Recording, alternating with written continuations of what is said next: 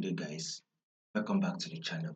So, to those of you that are yet to subscribe, and you know you've not click on that subscribe button, make sure you do want to click on that subscribe button so you will not miss out on any single updates that I'll be dropping. Click on that subscribe button, like, share, make your comments. So, let's see what we'll be expecting next on our GBPUSD. So, this was the prediction we did yesterday. I told you that GBPUSD will definitely give us that bullish move, and we will be expecting it to come to tap a level of 1.33727. So this is exactly what GBPUSD did. This is the bullish move it made. We predicted that it will give us a bullish move. Yesterday, I did the analysis. Yesterday market was around here, price was around here, and I told you clearly that GBPUSD will bounce up. Reason why it will bounce up is that this is our support level, and now it has given us that bullish move that we are expecting. So this is one of the reasons why you need to subscribe so you will not miss out on any update. Also follow the Telegram channel.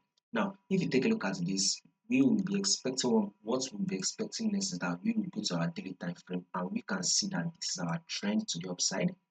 This is our higher high. Here's our higher low. Then here is the higher high. Here comes the higher low. This is also our higher high. Here comes the higher low. Now market has given us an higher high.